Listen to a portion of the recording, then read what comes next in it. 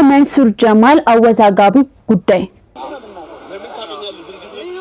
ሰለሞን ቦጋለ ከፊንቴክ ጉዳይ ጋር እስር ቤት ከመግባቱ ጋር ተያይዞ ጸደይ ባንክ እንግዲህ አምባሳደርነቱን ሰርዞታል። ከዚህ በፊት ሰራዊት ፍቅሬ ስለ ፊንቴክ ድርጅት የሰጠው መረጃ መንግስት ኦፊሻሎች በሚኒስትር ዴታ ሌቭል ያሉ መጥተው ይሄ እኮ ማንኛውንም ሰው ለመግዛት ያጓጓል እኮ ሉላ ገዙ ለምን ከዚህ ድርጅት ራሷን አገለለች? አርቲስቷ የሆነችበት ጉዳይ የጆን ዳንኤል በረራ እንግዲህ አዶናይ በሀገር አሜሪካ ነገ የሚያደርገው የሞቲቬሽናል ቱር ይጠበቃል። ታዲያ ከዚህም ጋር ተያይዞ ጆን ዳንኤል ዛሬ ስቶሪ ያደረገው የበረራ ጉዳይም ወዴት ነው የሚለው ወደ አሜሪካ ልትበር ነው ወይስ ልትሄድ ነው ብለው በርካቶች ውዝግብ አስነስቷል። እሱስ ሊበር ነው ወይስ አዶናይ ጋር ነው ወይስ ሌላ በረራ ነው የሚለው ነገር አልገለጸም። ሲገልጽ እንግዲህ የማደርሳችሁ ነው የሚሆነው። ውዝግቡ ቀጥሏል። ቲክታክ ማህበራዊ ድረገጾቻችን ያጨናነቁ በርካታ ወሬዎች አሉ። ምን አሉሽ? ታዲያ ዛሬ ጊቫዌይ ባለፈው ሰጥቻችሁ ነበርና ሌላ ቪዲዮ ላይ ጊቫዌይ ውስጥ ብላችሁ ነበረ። ሰው የዛሬው የ100 ብር ካርድ አሸናፊው ማን ነው? እናውጣ። እንዳልኳችሁ አካውንቴ ተመቶ ስለነበረ ብዙም እንትን አልነበረም፣ ግን ካሉት ኮሜንቶች ውስጥ እንመልከትና መልስ እንፈልግ። ኮሜንት ያደረጉ ሰዎች እንፈልግ። እሺ ከነበሩት ኮሜንቶች ውስጥ እንግዲህ እጣ እያወጣለት እጣ የተከስተው ጸጉላር ሰውየውና እሺ እጣ እናውጣ ወይም ቆንጆ ኮሜንት የጻፈው ሰው ማን ነው? ቆንጆ ቴክስት። እሺ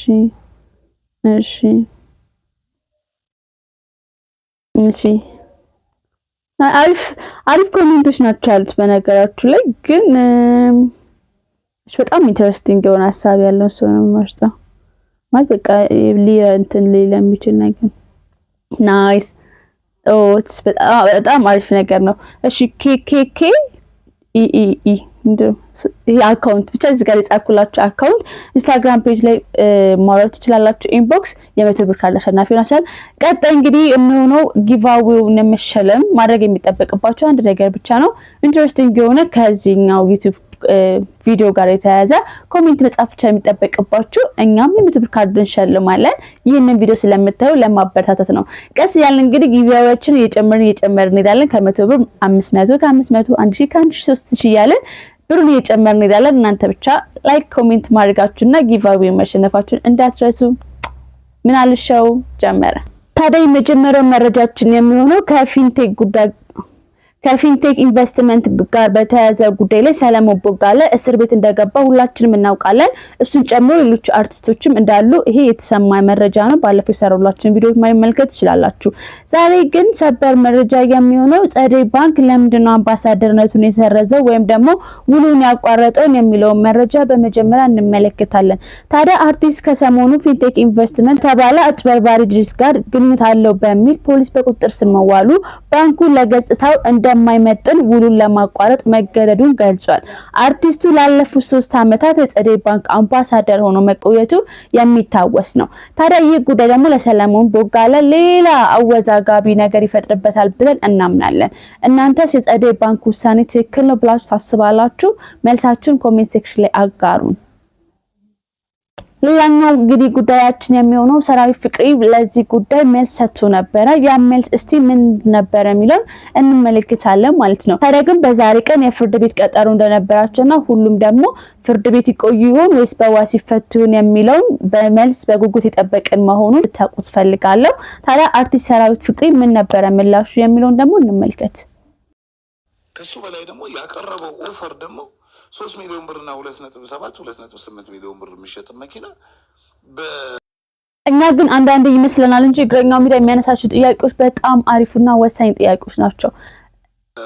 ኢንተረስት ፍሪ እንደዚህ እንዴ ይሄ እኮ ማንኛውንም ሰው ለመግዛት ያጓጓል እኮ እንኳን ማስታወቂያ ለማስታወቂያ እና እዚህ ጋር ሰራዊት ፍቅሬ ለመግለጽ የሞከረበት መንገድ ሲሆን ሜክሲኮ ላይ ብር ቤት ይሸጣለሁ ብሎ ኮሰብስቦ የጠፋ ድርጅትም አለ። ያን ጊዜ ግን በሰዓቱ በጣም ግርግር በስቶበት ነበር። ካስታውሳችሁት እንዳለው የትራንስፖርት ሚኒስቴር ሚኒስቴሮችን እሱ እንትልናቸው ፈልጌ አይደለም፣ ግን በጣም ግርግርና ሆይሆይታ ይገባዛበት ማስታወቂያ ነበር በሰዓቱ ካስታውሳችሁ።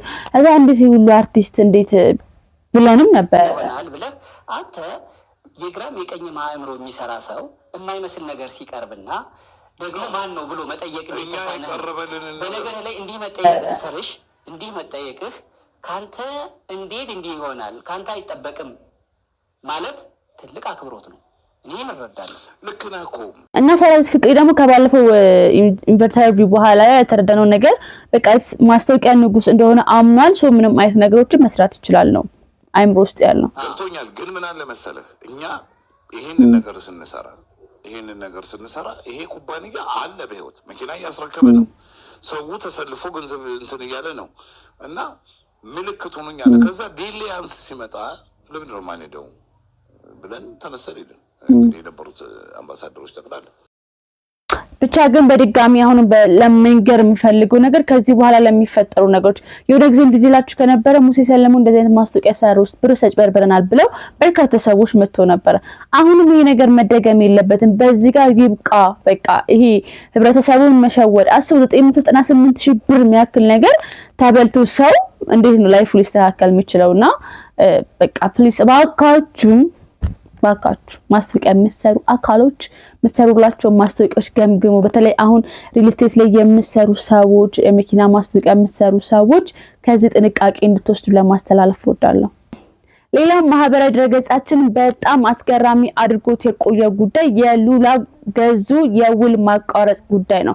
እንግዲህ እንደምናስታውሰው ከቅርብ ጊዜ ወዲህ አርቲስት ሉላ ገዙ ከዚህ ድርጅት ጋር የነበራትን ውል አቋርጣ እንደነበር ሁላችንም የምናውቀው ጉዳይ ነው፣ የዘገብነው ጉዳይ ነው። ታዲያ ለምንድነው ይሄንን ጉዳይ ያልመረጠችው የሚሉ አንዳንድ ነገሮችን ላምብላችሁ። አንደኛው ጥቅምን አለመምረጧ። ምክንያቱም እነዚህ አርቲስቶች ማራኪ ክፍያ ሲቀርብላቸው ህዝቡ ኃላፊነት ሳይሰማቸው ጥቅማቸውን አስቀድሞ ነበር። ታዲያ ሉላ ገዙ ግን ይሄን ነገር ሳታስቀድም ለህዝብ ኃላፊነት ቀድማለሁ ብላ ጥቅማን መተዋዋን ወላኛው ደግሞ ውላን በይፋ አፍርሳለች። አሰራራቸው ግልጽ አልሆነልኝም በሚል በጊዜ ራሷን አግላለች።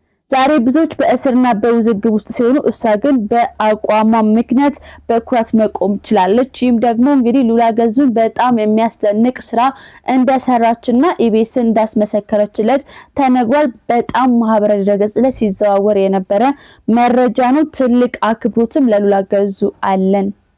ይህ እንግዲህ ለበርካታ አርቲስቶችና ታዋቂ ቲክቶከሮች መልስ ይሆናል ብዬ አስባለሁ። ምክንያቱም ሁሉም ማስታወቂያ ሲሰሩ ማስታወቂያ የሚሰሩላቸው ተቋሞች መመርመር እንዳለባቸው እንድትረዱትን በቻናላችን ስለ ማሳሰብ እወዳለሁ። ለዚህም ትልቁ ማስተማሪያ ደግሞ ሉላ ገዙ ናት ማለት ነው። ታዲያ ማህበራዊ ድረገጾቻችን እነዚህና ሌሎች መረጃዎችን በጣም አበክሮ ሲያወሩበት ነበረ። እኛም ለእናንተ ምን አሉ ብለን አደረስንላችሁ። ሌሎች መረጃዎችንም ይዤላችሁ የምመጣ ነው የሚሆነው። አዳዲስ መረጃዎች ሲደርሳችሁ በቶሎ እንድታገኙት ዩቲዩብ ቻናላችንን ሰብስክራይብ እና ላይክ ማድረግ እንዳይረሳ። ማንኛውም ሀሳብ አስተያየት ካላችሁ ኮሜንት ሴክሽን አስቀምጡልን። ምናልሽ ላይ ነው ወዳቻለን